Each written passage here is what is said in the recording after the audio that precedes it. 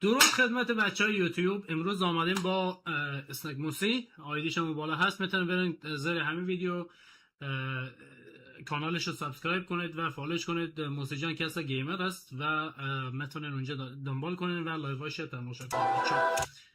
همینجا که میبینید خیلی کوخ شدید خیلی کوخ شدیدی داره. به خاطر همین امروز بچه‌ها می‌خوایم روی یکی از ویدیوهای کوتاه ملکه استایل موسی جان ریاکشن بره و ما پشت صحنه هستیم و تشکری میکنه از داش نمک که داره کامنت داش نمک قربون شکل ما هدیه دونه ای.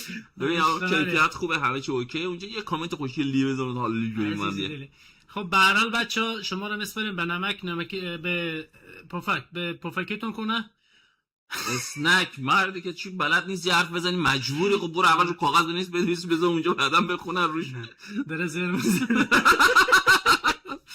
بچه با ما همراه باشین دیگه. شما رو میسپاریم دست یا اسنک. جونم هستین. قربان.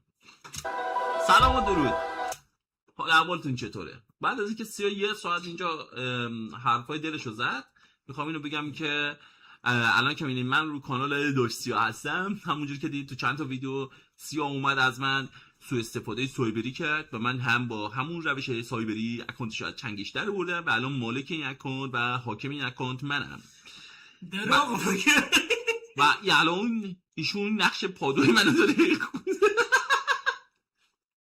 نه ناراحت شدی؟ نه خیلی آقا من نقش پادوی اینو دارم. خوبه الان خوشحال شدی؟ صدا خنده‌شو میشنوی لعنتی. یا کوچولو بهش تیکه بندازی سری قلب کوچولوش به چخ میده.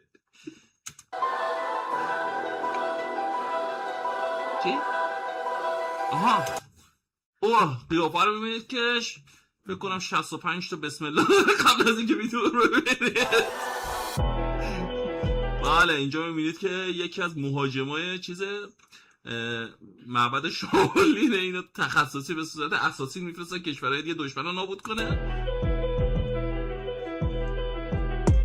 اوه اصل ورقو بده دست نزن به موسم من اینجا بود. داداش من از اون 12 یا نداشی خفگیر بوده اول. خب خفگیر بوده تو بین مرز افغانستان و کشور ایالات متحده چین و همچنین سازمان نفرت پراکنی پاکستان دالینگ.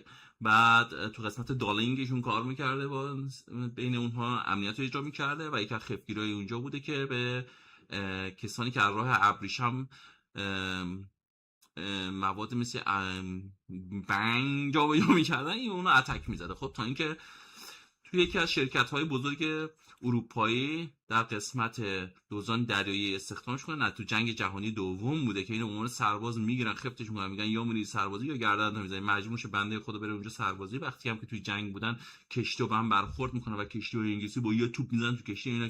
توپی که می‌خورد تو کشتی اینا این بغل نشسته بود داشت اینجوری نگاه می‌کرده هنگ کرده بود حال جنگ ندیده بود.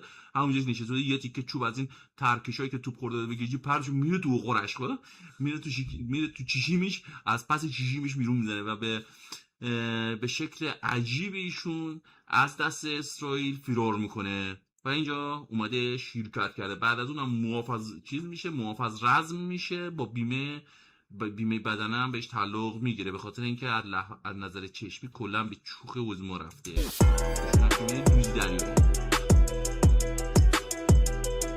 خب ایشون هم که اینجا در تصویر میبینید معرفی میکنم یک عروس زیرخاکی هستن. از قبرستون کشیدنشون بیرون. خب دماغش بنده خدا وقتی داشتن میکشیدنش بیرون گیر کرد به قبرشون محکم پوشونده بودن با چی اسمش این سنگ و چیز قاطیش میکنن با بتون درست کرده این لعنتی نیاد بیرون ولی متاسفانه اورد بیرون. وقتی هم که داشتن میرون دماغش مالیشه اونجا.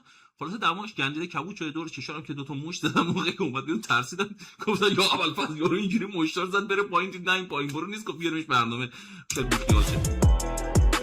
خب بنده خودم که میبینید از یکی از مکان‌های مذهبی توی کشورهای حومه میدل ایست رو بوده شده. اوه یا اول فاز این اخرى پیشتایی که رد شد و اینم که میبینید بیوه سیاه بود و اینم که میبینید دوزه خیابونی. یا اول فاز حاصل جفتگیری اختاپوس دریاهای مدیترانه و پلنگ مازندران رو میبینید. بله این اصلا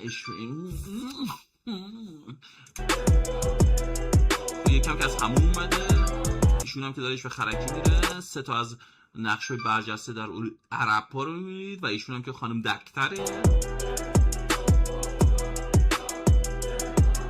خب کیف دوز و کیف قاب رو میبینید و حیوان رژیم و پلیس اینترپول. چرا؟ خیلی زدی این ویدیو چیز میشه. من این ویدیو میزنم آجی. به من چه خودت گفتی لایو برو الان تو لایو. من میخواستم خیلی گوزن شمالی رو میبینید و در آخر مجری و ایشون رو میبینید شیطان کبیر از جهنم وارد میشود به صورت لباس فرشته وارد شده و قرار همتون رو زخمی کنه. اومدم زندگیتون رو به چخ بدم. پلنگ بیابان‌های بیابان‌های که اوی دست چون درفت و دست داشت من پایینم ها واسه اینجا بیام. الله باشباره. سلام موسی نکنیم آقا بیا دستام اینجاست بفرما. با کجا بذارم تو راحت باشی؟ بیا آقا اینا دستام. بچا همینجا ویدیو رو خلاصه میکنیم. فقط اکشن مصطفی رو می‌خواستیم روی همین یاروها ببینیم دیگه. نه بیشتر از این به بعد ویدیو حالا اینو ادامه میدیم، ولی خب از این به بعد شما داخل چیز نمیذاریم، داخل ویدیو یعنی ویدیو درستش نمیکنم تا همینجا ویدیو شده. ریاکشن موسی رو بعداً ببینین. آجی همه رو کوبون خدا وکیلی. ما راضی نبودیم و حالا دیگه خودش به مولا خودش گفت سوء استفاده سایبری گفت همه رو بیجوش. خلاصه بچه‌ها موسی رو محکم میگیریم. به من گفت پرشون کن. کانالش این زیر میذارم دیگه خودش. آقا تو اومدی منو خر کردی. مرسی.